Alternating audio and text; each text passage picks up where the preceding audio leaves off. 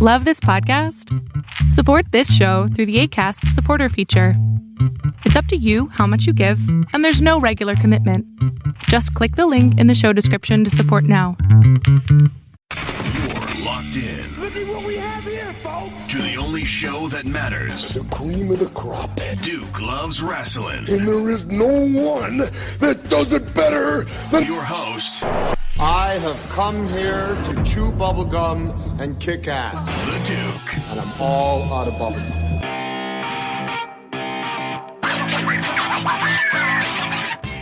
Hi, this is Earl Oliver from Sully's Vintage Wrestling. This is Raj Giri with WrestlingInc.com. This is Sean Reed, boxing writer and undercover low-key wrestling fan. And you're listening to Duke Loves Wrestling.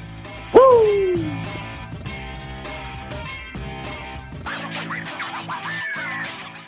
Folks, we had a major loss in the wrestling community recently with the passing of the legend.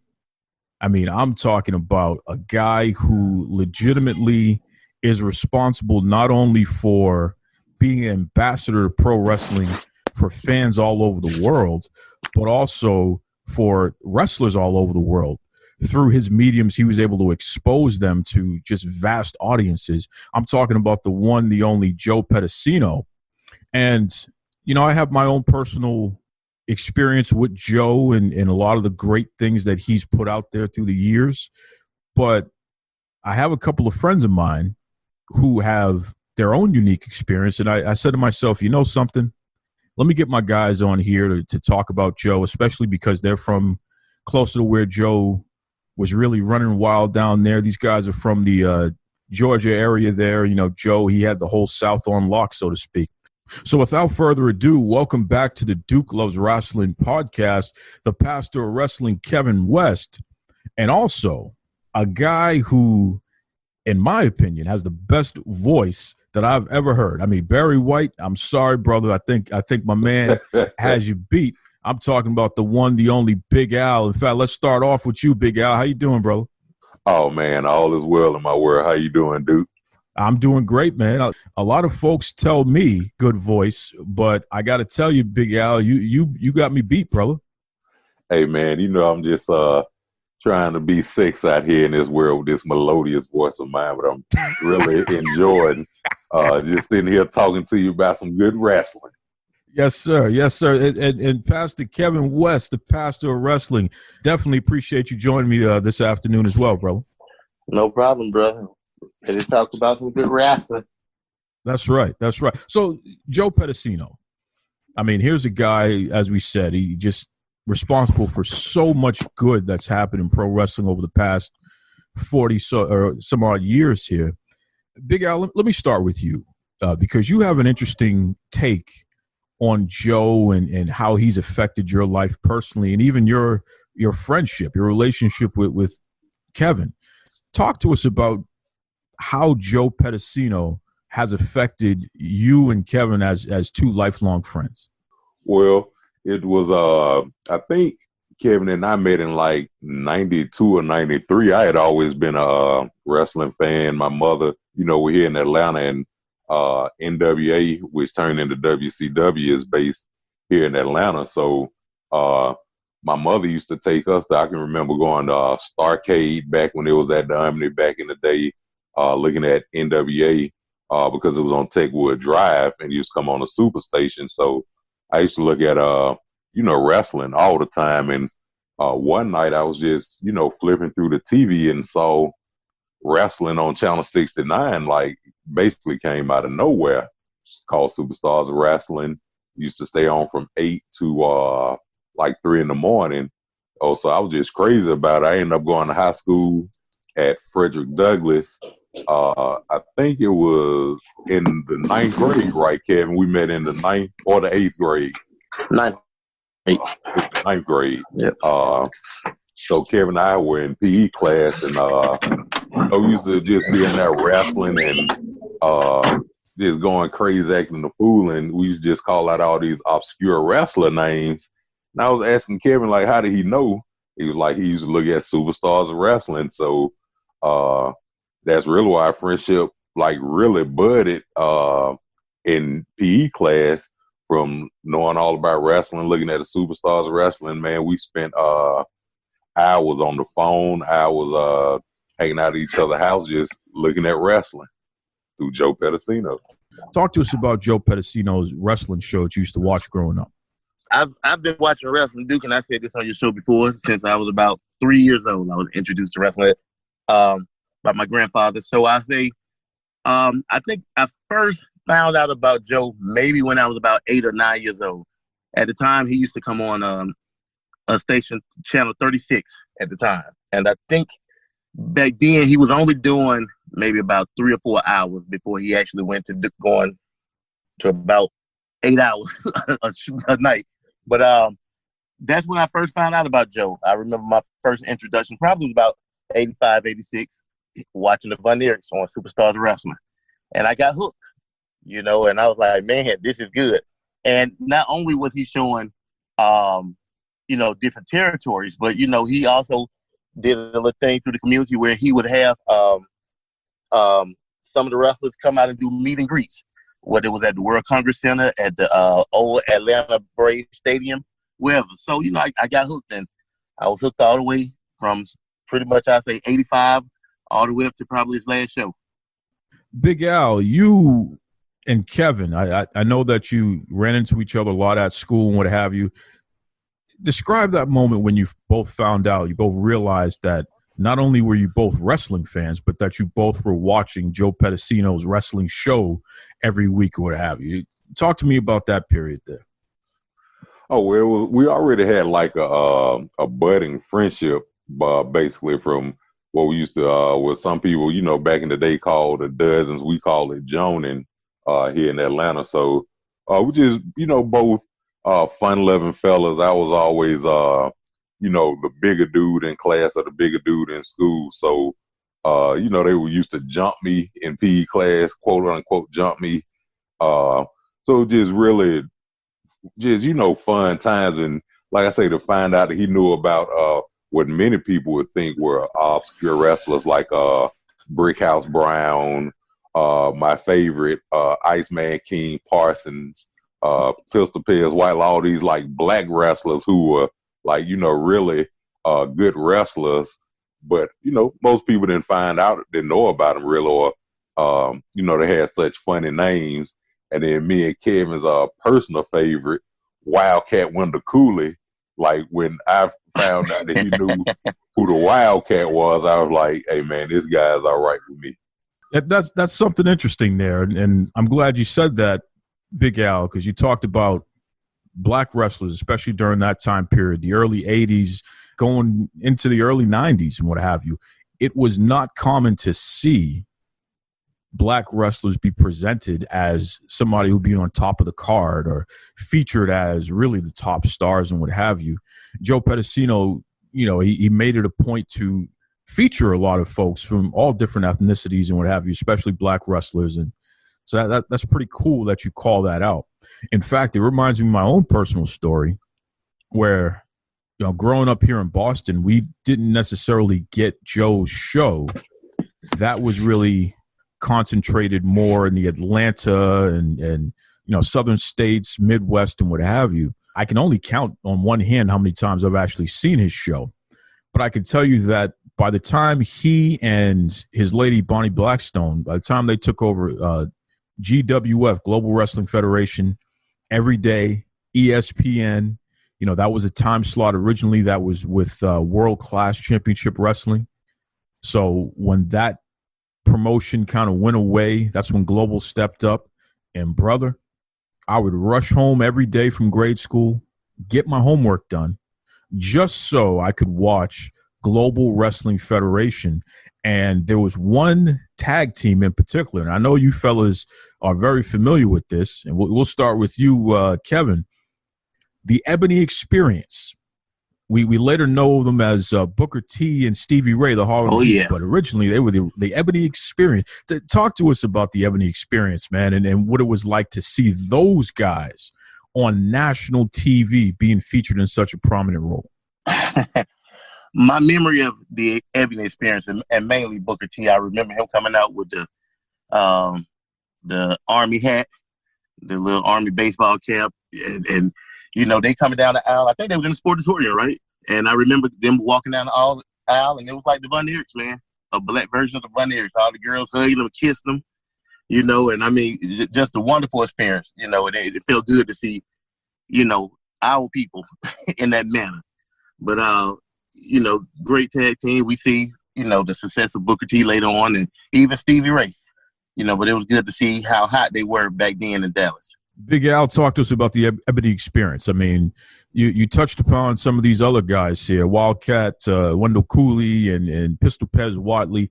What was it like to see the Ebony experience? I mean, they were pretty young guys being featured on national TV by the time they got to global wrestling there. What was that like for you to see those guys?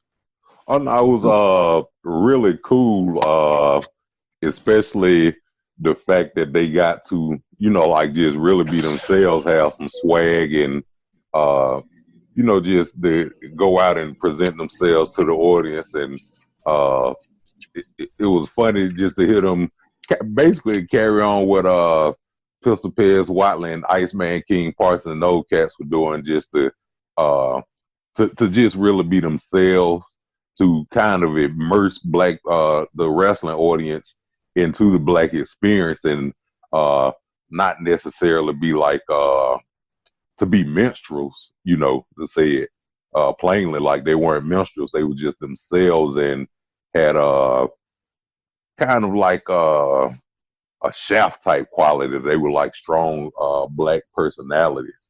That was like really cool to see, because you really didn't see that besides the Junkyard Dog, really. That's a good point. That's a very good point. Once again, when we talk about folks like the Ebony experience and you know, being able to see black wrestlers featured on such a large scale, Joe Pedicino, I mean, here's a guy that made it a point to put that out there for the world. In addition to, you know, the lightweight or the cruiserweight stuff, before it was called cruiserweight stuff. I mean, you could see the Lightning Kid, Sean Waltman, later became X-Pac. You could see him versus Chaz versus Jerry Lynn. This is way before their time in ECW. You know, you could see these exciting, high-flying matches that still made sense. There was psychology behind it, and that would have never happened. That would have never happened without Joe Pedicino. So that's really good stuff there. The memories, thinking back to some of these great times here. Another person that comes to mind when we think about Joe, and Big Al, I'm going to start with you here. Joe's better half, Bonnie Blackstone. Talk to us about Bonnie, because, you know, you really can't. When you think of Joe, you think of Bonnie. When you think of Bonnie, you think of Joe. As somebody who is from Atlanta and grew up in that area there, talk to us about Bonnie Blackstone there, Big Al. Well, it was I remember Kevin was telling me, just, you know, as we've talked about this over the past few days, he was just bringing stuff back into our memory, like how it was some type of contest. I forget exactly what the name of it was, but it was basically for a female co-host to the Superstars. And I remember that they went through a litany of women, and Bunny ended up winning. But the great thing about it, and like just how forward thinking you know, Joe was, because back then, you know, we remember there were no women really in sports at all that would come in doing commentary. So not only was she a woman, a pretty face, but she was knowledgeable about the things that were going on in the world of wrestling. And she just wasn't there to, you know, be pretty, how some women are. She was there with actual knowledge and could hold her own in the commentary of what was going on the different shows. Because like I say, this was going on, man, from like 8 o'clock at night until 3 a.m. So it was a lot of things to talk about, and she was just knowledgeable when they would come back from the breaks and you know, talk about things. She knew what was going on, so that was pretty cool. She really, as I'm sitting here thinking about it, she really was like a national pioneer, because even with ESPN and all that, you never saw women doing a lot of commentary on ESPN. So she really like blazed the trail, like as I sit here and think about it. Kevin, do you have anything to add to that when we talk about Bonnie Blackstone, Joe's better half? Yeah, absolutely. And I'm in agreement with Alan a whole lot. She was a trailblazer. I remember those early days of Superstars of Wrestling when Bunny first came on with, and, they had Sir Sammy Kent on there, and just the chemistry. Bunny had great chemistry with Joe. She had great chemistry with Sammy Kent. Whoever came up there, she had great chemistry. And, like Big Al was saying, she's a trailblazer. She's a pioneer. So, much respect and love for Bunny. We knew that Joe was having some health issues, and Bonnie had done a great job of documenting his journey, the challenges he was having, what have you, but because she wanted to share him with the world, something that they had been doing since day one. So we knew that eventually this day would come, but it just kind of hits you like a ton of bricks. If you could communicate anything to Joe's family and other fans and, especially Bonnie, and we'll start with you, Kevin, what would you like to say about Joe, to Joe? What would you like Bonnie to know on behalf of the fans, directly from you there? First, I would like to say thank you, Joe and Bunny, just introducing me to the territories. I gained a lot of knowledge just from watching the territories. Thank you for introducing me to the Von Erichs, to Jerry Lawler, Nick Botwink, all these, childhood superstars of mine. I just want to say thank you, Joe, and thank you, Bunny. I remember meeting Bunny several times as a kid, and she was always real friendly and nice. And Joe had a son that used to come on TV every now and then. His name was Vince. I remember that. And, I just want to send out my condolences to Bunny, to Vince. Joe was a great man. He will be missed, but thank you again, Joe, for everything, just for being a part of my wrestling childhood.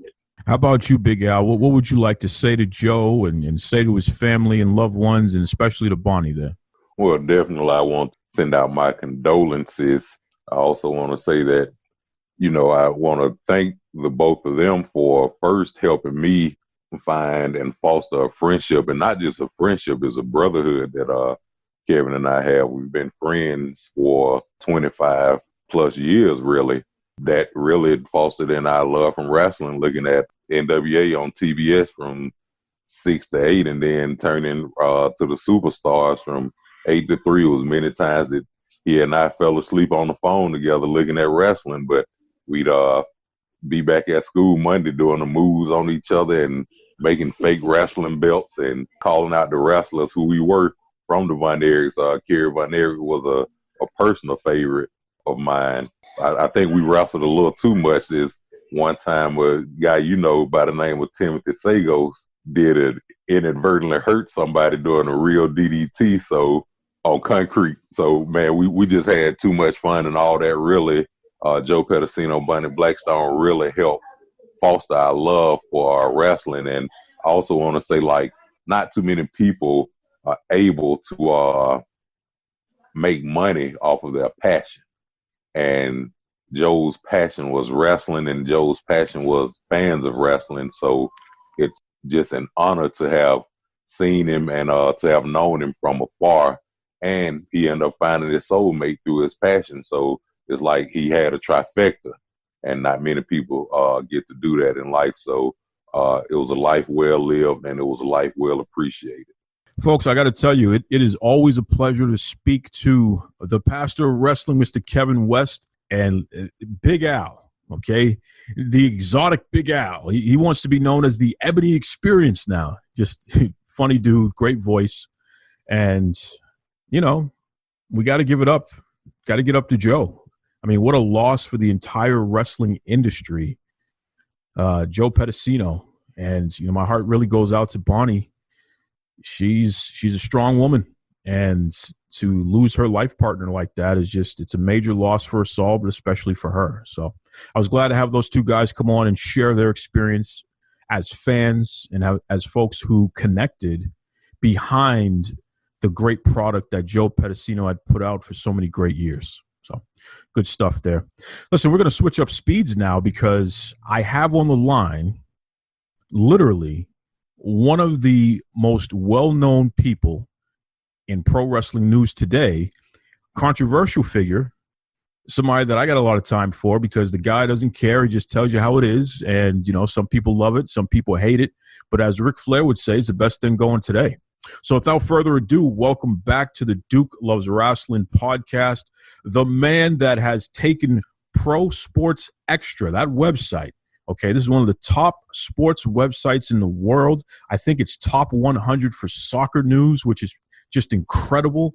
It's a website that's doing major numbers, and their web traffic has been way up over the past few months, which really coincide with a major promotion that our guest received. What he's done with that website over the past, I would say, you know, especially the past 4 or 5 months, has just been tremendous. So welcome back to Duke Loves Rasslin, the one, the only, Mr. Brad Shephard. Shephard, what's going on, brother?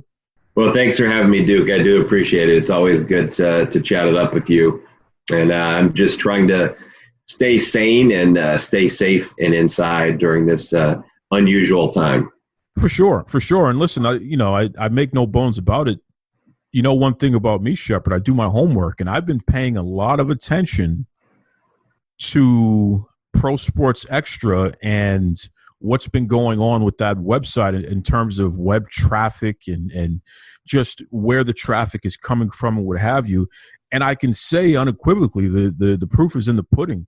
What you've been doing on that site recently, and especially with your pro wrestling coverage, the way that you've kind of continued to push them to the forefront of what's going on just with sports in general, it's really been impressive. I mean, speak to us about that a little bit. Your dedication to continuing to push Pro Sports Extra to being one of the top sports websites really in the world. Yeah, well, thanks. I appreciate that. For me, it was about aligning with the brand, with the company that supported me and what I do. And of course, all of the controversy that I bring. And Trevor, the owner of Pro Sports Extra, has done that from day one. He's believed in me, what I bring to the table, and, he's recognized that talent and let me flourish and let me, kind of take the reins, so to speak, and move forward with a vision. So that's what I'm doing. And, I've been really pleased with the results, and I think we have a long ways to go, but, we've made tremendous progress this year, and I'm really excited about what's in our future. Speaking about the future, I got to tell you, Shephard, first of all, never in my wildest dreams did I think that around the world we would all be doing pretty much the same thing. The stay-at-home order, this social distancing stuff, really driving folks from the outside and the gatherings and what have you, forcing folks to be indoors more, which has also resulted in more consumption of different forms of entertainment, like watching television, being on the internet more, playing the video games more, the streaming websites, the Netflix and what have you, they're doing pretty well. But one of the strangest things that's been happening, at least here in America, pro wrestling really has not brought in the ratings that we would expect, especially in a situation where folks are at home more. And, a lot of folks not even working right now. So you would expect them to be watching more pro wrestling since it's on TV all over the place. What's going on, man? I mean, what do you think is the issue here where the fan base really has not responded on television? It has not translated so far over the past couple of months. Yeah, great question. So I think there's really a couple of elements to it. One is, these shows without audiences have really exposed how important the audience is, the live audience, to a pro wrestling show. Even from just a standpoint of how a professional wrestler would work a match, it changes drastically without an audience. So, I think there's that element to it, but also the other element, and this is something we've seen without the pandemic, and that's that the product is just not connecting with mainstream society. We know football is going to always be more popular probably than professional wrestling. However, they just had the NFL draft, a remote draft. It was the highest viewed ever. 15.6 million people watched the first day. And we're talking about ratings now under 2 million viewers for Monday Night Raw. So it's not connecting on any significant level with a mainstream audience. And when you talk about that, you have to talk about why. Because we did see points in time, for example, the Attitude Era, where it did connect with mainstream society. We don't have that cool factor today. We essentially have a show that's being written for children, and the average viewer is in their 50s. So it's really not connecting on any level. And until they make drastic changes to the presentation of their product, it's probably not going to. I'm really curious about this here. And I know that you spent a lot of time researching and talking to a lot of folks, thinking about it personally. As you said, you know, the pro wrestling product in general, especially WWE, they're producing a product primarily for children. They're trying to bring up this next generation of wrestling fan. Yet the majority of their audience is much older, much older, our age and definitely above.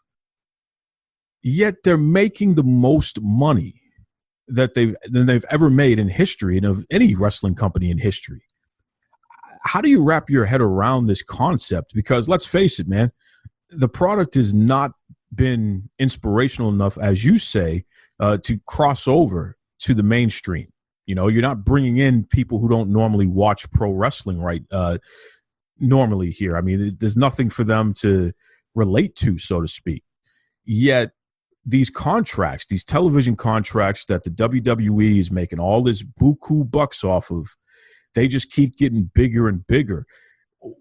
Wrap your head around that for me, Shepherd. And what are your thoughts just from a general standpoint about that? Yeah, this is puzzling for sure, because those historical key metrics that you would look at for the success of, let's say, a WWE, for example, you know, their live event ticket sales, they were down significantly before the pandemic. Their merchandise sales down. You could go on and on. Their ratings continue to go down. So you have a lot of these historical key metrics that aren't doing well, that are trending in the wrong direction.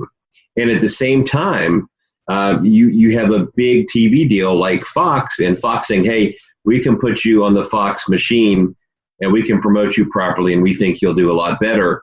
We haven't seen that, but they have been able to get tremendous TV deals, and of course, global expansion.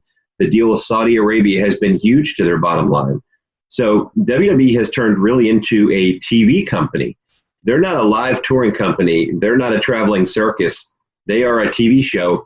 And, you know, I think that's really how they have to adapt how they operate. They have to get out of the Rasslin mindset and look at the fact that they're a big TV show on a big network now, and that's how they should present themselves.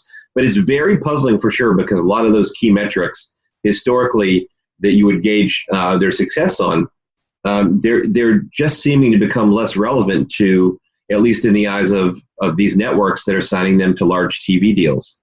You know, the rumor mill has been going crazy over the past 24 hours or so. Reports coming out, I mean, even from Dirty Dutch Mantel, claiming online that he has a connection at WWE headquarters, and they're telling him that the WWE is on the market. They're marketing themselves to Disney, and they're marketing themselves to Fox and all this other nonsense here to essentially sell the whole company, not just their pay-per-view, not just the WWE network, but the whole kit and caboodle. I got a funny feeling, Shepherd, that there's a misinformation campaign going on purposely by WWE just to stir up a little bit of interest, a little bit of get folks talking, get some attention. It may even drive up some stock prices with this type of speculation or what have you. Do you think there is possibly any truth to this, or are you more in line with me where you think that this may be a plant and a lot of folks are just kind of taking the bait, so to speak? Yeah, so I think a lot of folks are taking the bait. Yeah, I don't have any evidence that this is true at all, and so there's that. So I do think it's a plant. I do think it's misinformation, and I'm not sure exactly if that's coming from Dutch, someone else, someone in WWE. I don't know, and won't speculate. But I will say this: let's say they decided to do that, just hypothetically speaking. I think it's a terrible idea. I really do. A lot of people bring up, of course, Disney. And to me, personally speaking, the last thing that professional wrestling needs is to be under the Disney umbrella. If you think the product is watered down in PG today, you ain't seen nothing yet, in my opinion. So I think it would not be a good idea for pro wrestling. I think one of the things, ironically, that has hurt, WWE in a lot of ways is just going public. It really does change your entire business model as far as how you operate. And sure, the bottom line looks great right now, how much everybody's worth, that's all good. But, at the end of the day, we've seen just, again, a lot of those historical metrics aren't working. They've had to water down their product and put something on that's very PG, very childlike, something that's very focused on, the fake fights as opposed to the characters and stories. And that's not historically where wrestling has thrived in any significant capacity. We're talking to Brad Shephard. He is the man, the myth, the legend behind Pro Sports Extra. Legitimately, it's one of the top sports sites in the world. And Brad specifically is doing a lot of great things, especially with their wrestling content. I'll tell you, love it or hate it or somewhere in between. When Brad Shephard talks wrestling, everybody pays attention. Everyone's listening, including you, Nia Jax, which I'm sure you're listening right now, Nia. Brad, you kind of ran into a little bit of, you worked yourself into a shoot, so to speak, because, some of your sources gave you some information about Nia Jax and her return from her major injury. I mean, she blew out both of her knees. So it's great that she was able to make her way back there. But Shephard, you reported around when she was expected to come back, and you were right. Yet she said that it's not true, and then ended up proving you right. So talk to me about that for a second there, Shephard. How does it feel to have somebody like Nia Jax essentially discredit you in front of the world, but then prove you right like that? Yeah, well, the egg is on her face in the end. But, it was really odd because, they have these projections based on the injuries internally of when someone is scheduled to return. And obviously that can change based on the progress in the injury. For example, Nia did have a reevaluation at the end of January. So again, there's that time frame at the end of progression where there's some flexibility as far as how things go. But it was going to be the first quarter of the year. And in fact, of course, it was. She did, in fact, get clear from injury in March and then wrestle in March on a recorded show.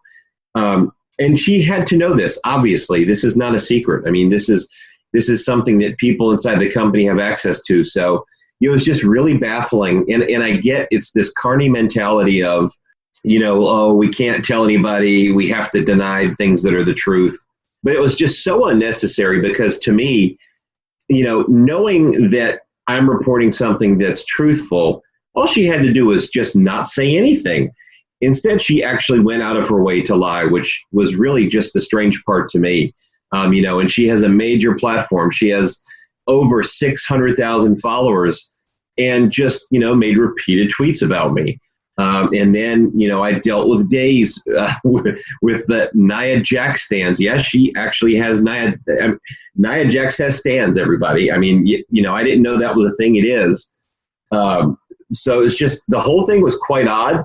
But if I didn't say I didn't enjoy her eating a little humble pie at the end, I would be lying. I absolutely did, because I knew all along I was just telling the truth. And there was a lot of vocal critics of that story, in part just because of what Nia said. It's like, I've got some news for you. Professional wrestlers do lie. It's a carny business. And while that may have evolved from what it used to be decades ago, there's still that element to it that exists today. The fans get so wrapped up into this stuff and they forget exactly what you just said. The wrestlers, they swerve you. Sometimes they're not telling the truth, and that's because they're directed to put that misinformation out there. So, I mean, anyone and who has any kind of sourcing, they know that Nia Jax was at the Performance Center. She was doing her rehab. She was moving around. She was starting to take bumps. We knew what was really going on. So when Shephard put that report out, about when she's expected to come back. I mean, he's not making this stuff up. This is a fact. I just say to some of you fans out there, sometimes you overreact and you forget that the wrestler's job is to work you, right? It's to get you emotional and make you believe what they want you to believe, which is only half the time the truth. And even that half is probably a half of a half. So, to attack the media personalities can be a little interesting to observe. Switching speeds here, though, Shephard. We know that the WWE has gotten rid of 43% of their workforce, not just the wrestlers, but also office folks, trainers. A lot of folks have been furloughed, so the idea is they'll be brought back, but the wrestlers are independent contractors, so there's no guarantee that any of those folks are going to be back. Generally speaking, a lot of knee-jerk reaction from the fans is, oh, well, now so-and-so, they can go to All Elite Wrestling. AEW is going to pick them up now, what have you. Based on what you know and what you're hearing out there, if you were to give a rough estimate, how many of these wrestlers do you expect to actually show up in AEW, let's say in the next 12 months, the wrestlers who the WWE have recently released? Yeah, less than 50%. I think AEW has their own challenges. It's not just WWE when you talk about being affected by the pandemic. They have a budget too. Granted, Shad Khan could just say, you know what, I'm going to write you a check for another $100 million. But until that happens, they have a budget too, and they're trying to make money based on a TV show they're putting forward. And so far, they've spent a lot more than they've earned. So that's a thing, right? I mean, everybody has a business and a budget. So they can't just sign everybody. I think there's an interesting balance too, because Cody Rhodes recently made a comment about the former Zack Ryder, Matt Cardona, and said this can't be, all friends wrestling or something to that effect.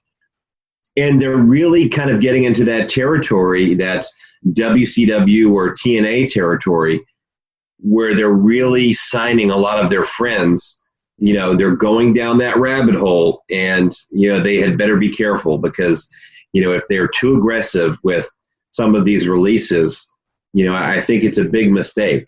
I mean, we look at people who are going to AEW, and I talked about this on my podcast, the Oh You Didn't Know Wrestling show, just this week. You look at what happened with guys like Luke Harper, Matt Hardy, Sean Spears, or Ty Dillinger, as you may have known him in WWE. And all of these guys were protected by the WWE machine. And I think, in a way, what the WWE machine does is that it hides their inherent flaws. It hides their weaknesses. And those things are really exposed when they go to AEW. I mean, everybody clamored for Broken Matt when he was in WWE. Oh, it was so great. Just let him be Broken Matt. He gets to AEW, and it was a total flop. It was like I was watching a bad Broadway play or something. The gimmicks run its course. It didn't work. Sean Spears is in AEW, has one of the worst win-loss records of anybody in the company. And to me, I think Luke Harper going in, Brody Lee, he's been a big flop as the leader of the, as I call them, the Dork Order. It hasn't been very entertaining at all. So, I think, again, say what you want about not having the freedom in WWE, but that machine also does protect you to a degree. And when you're not there, it does expose your weaknesses. So that's one thing to keep in mind as well as you talk about going to AEW. One of the big stories that has popped up, and I'm just got to be honest with you, I don't know which way to go with this thing here. I'm still waiting for facts to come out. It was reported, it originally was posted on Reddit, that WWE NXT star Velveteen Dream had solicited fans to, post to his personal DM. His DMs were open, as the kids would say today, so to private message him basically on Instagram. And someone who has claimed that they're 17 years old posted on Reddit that the Velveteen Dream had sent them a naked photo of himself. And also they recorded him asking, what school do you go to? That's all that's been put out there. So, I'm not saying it's true. I'm not saying that it's not true, folks. I'm saying that there's very little evidence to support what he's being accused of, which is very serious business here. And if it's true, then by all means, he should be prosecuted to the fullest extent of the law, in my opinion. But if it's not true, then whoever's responsible for these allegations should be prosecuted to the fullest extent of the law, because whoever's guilty here of whatever is sick, is completely sick. And I'll just go on the record and say that personally. Have you heard anything of Shephard, just from, folks that you talk to and what have you? And what do you really make of this whole mess here? What is this stuff? Yeah, it's completely a mess for sure. I mean, I would really just echo a lot of the sentiments that you said already. I haven't heard anything really outside of what's been reported because, Patrick Clark he's obviously not talking. That I do know for a fact. He's, not talking to anyone in the media, which, hey, I wouldn't either. Like, I don't blame him. He should be talking to an attorney and or WWE right now. While this serious allegation has been lobbied against him, that's who he should be talking to. So I get that. That's understandable. And again, as you said, if certainly this is true, he should be fired and he should be prosecuted. He knows the laws. He knows what he's doing. He's an adult, and he'll face the consequences. But, and this is a big but, because it's easy to presume someone is actually guilty, and that's what we do. We make someone guilty in the court of public opinion before we find out the facts, and that's devastating to someone, to their reputation, to their ability to make money, to support a family. So, that's something we really have to be careful about. So there is this presumption of innocence in this country, by the way, and I'm in favor of that for whatever the scenario is. So let's let the facts come out. That's what I'm supporting, and decide from there. And if they decide he's not guilty, then absolutely, I think they should track down the people involved and charge them. And if he is guilty, he should be fired and he should be arrested himself. So that's really just kind of the face value approach I'm taking at it until we find out more information. Shephard, what do you make of this? And I have to say this, they're a vocal minority, but what do you make of the folks who, in all societies, all aspects of life, who feel that if you take a position as we have, where we don't know if it's true, we don't know if it's not true, we need more facts before we start expressing an opinion beyond, let's see how this one shakes out. Whoever's guilty should, they should be prosecuted, and that's really it. What do you make of this vocal minority that feels like you have to have a position, and more importantly, you need to take their position on something like this? And if you don't, then that means that you're part of the other side and you're sticking up for bad people and all this other nonsense. What do you make of this kind of vocal minority and that type of attitude? I mean, where the hell did it come from, and why is it so strong these days? Yeah, ironically, that's the same crowd that opposes me, that is very vocal in a negative capacity about me on social media. It's these same people who jump to conclusions, who are social justice warriors. A lot of it is just social media, and, a lot of it is just a reflection of society. We're in a time where, everything is generally more politically correct. There's a lot of social justice. And then you have these people online who live in a bubble that feign outrage about things that don't affect them in any manner whatsoever, or that aren't a big deal, because they want to present themselves in a certain way. And it's just a lot of phony baloney as far as I'm concerned. And so these people, I know them well. And the best thing you can do is completely disregard their opinion, because they don't matter whatsoever, and there is no appeasing them. There's no coming to a common ground. So it's a waste of your time, energy, and effort to even try that. So those people, you let them have their space of the internet. You let them whine about, the outrage of the day, and you go about your day ignoring them. And I think that's really the best approach to take. Yeah, and something, I'm finding that out the hard way. on a personal level there, because it just, when you have people who they want the world to believe that they are so wrapped up in doing the right thing and that they stand up for so many different things and what have you. But, when you ask them to give specifics, show me your wares. What have you really done? Who have you really helped? What movements have you really been part of?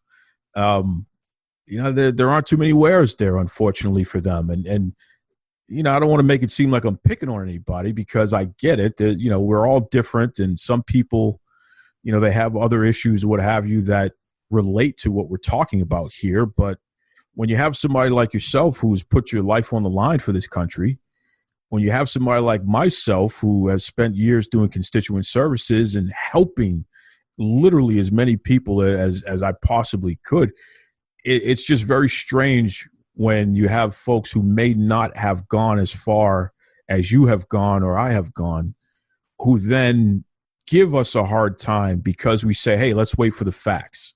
This is America. Everyone's innocent until proven guilty. Let's see how this shakes out here. We don't have enough information. Let's not have a knee-jerk reaction to anything. It's just, it's very bizarre to see it. And I'm gonna leave you with something here, Shephard, because I found this pretty interesting. CM Punk, he put out a statement concerning the Dark Side of the Ring, that docu-series that's happening on Vice TV. And they just recently aired the Dr. D. David Schultz episode, where Dr. D was a pro wrestler. He's wrestling for the WWF. He slapped a reporter for saying wrestling is fake. And everyone wants to cheer him on. Yeah, you should have slapped that reporter. That's right. Stick up for the business. But CM Punk brought up a good point, and I want to get your thoughts on this, Shephard. He said, for all of you folks who are cheering Dr. D. David Schultz for slapping that reporter, how many of you have done anything to support Dr. D. David Schultz since then, in terms of helping him not be blackballed from the business, which is exactly what happened as a result of him essentially sticking up for the business? So you want to applaud and you want to cheer for the slap, and you want to say that that's okay, but you never went to the company and say, I'm not going to patronize your business. I'm not going to watch your product. I'm not going to support you if you don't allow Dr. D. David Schultz to continue to make a living for he and his family, if you don't treat this guy who stuck up for the entire business right. You notice how all of these justice warriors or what have you, they want to applaud the slap, but they don't want to put their skin in the game to help somebody out. What do you make of that, though? Because I got to tell you, I give props to CM Punk personally for saying that, because in my opinion, it's true. Yeah, I agree for sure. I mean, again, I think you nailed it. The social justice warrior audience. Yeah, it's the same ones who are tweeting, cancel the WWE network because, the Fiend lost a title match, and they're completely outraged, and they're just never going to watch again until they tune in on Monday the next night. So that's the group. They don't tend to spend a lot of money. They don't tend to do even a lot of voting. It's just a loud group, and the actual results that they provide for all of the noise they make is very minute. And again, I think those are the people, you just have to ignore because they're not going to change. But I totally agree with him. The things you believe in and support, you should be willing to believe in and support. I mean, right now we're in a difficult time in a pandemic with indie wrestling, right? Because they're not running shows right now with live audiences. So what can you do? Well, you can go to Pro Wrestling Tees and buy their T-shirts instead of sending out a tweet. It's like someone who sends out a thoughts and prayers tweet to a mass tragedy. What does that really mean? It means absolutely nothing, right? Because their family isn't reading Twitter to get your feedback on what just happened. You actually have to take action if you care about issues and do something about it. And if you can't, then I simply can't respect your opinion, but so much. Well said. Well said. Listen, Shephard, let everybody know, because you're cranking out some of the best work in pro wrestling today as far as the news is concerned. I understand that you don't call yourself a journalist, which I think is commendable. You don't sit there and try to take credit for something that you don't need to take credit for. You're just a guy who cares about the business. You know people who are in the business. They share information with you. You write about it. You've put out some tremendous work. You've exposed a lot of issues that needed to be exposed about wrestlers being taken advantage of by different companies and the whole 9 yards. You know, let everybody know. How can they consume your stuff? How can they find you on social media? Just plug all your stuff there, Shephard. Yeah, I appreciate that. Definitely follow all of my work at prosportsextra.com. I think we have a good thing going, as we talked about. So I appreciate you following our work there. I do have a podcast, the Oh You Didn't Know Wrestling Show.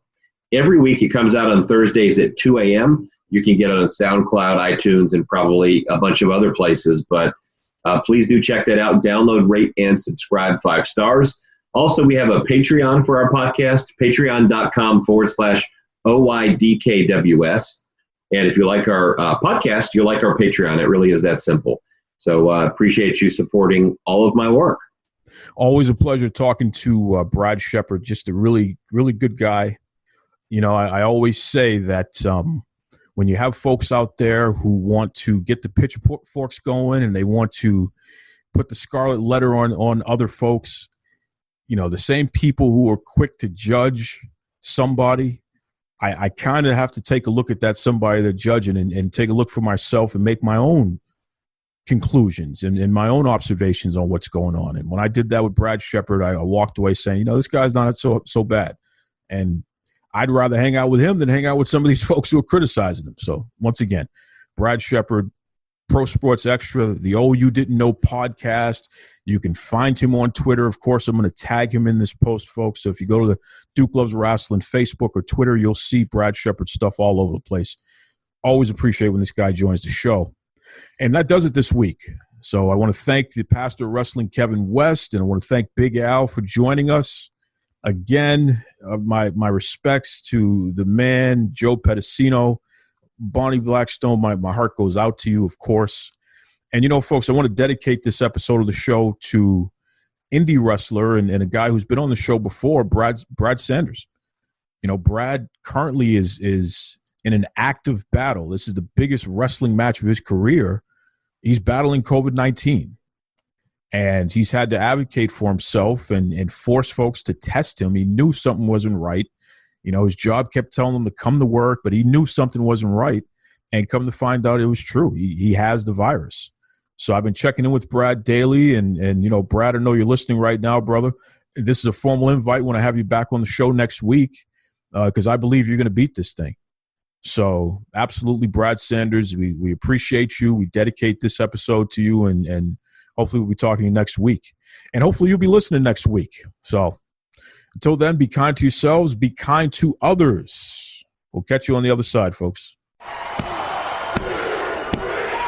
Mr. Tony Schiavone, and we're desperately out of time on Duke Loves Wrestling.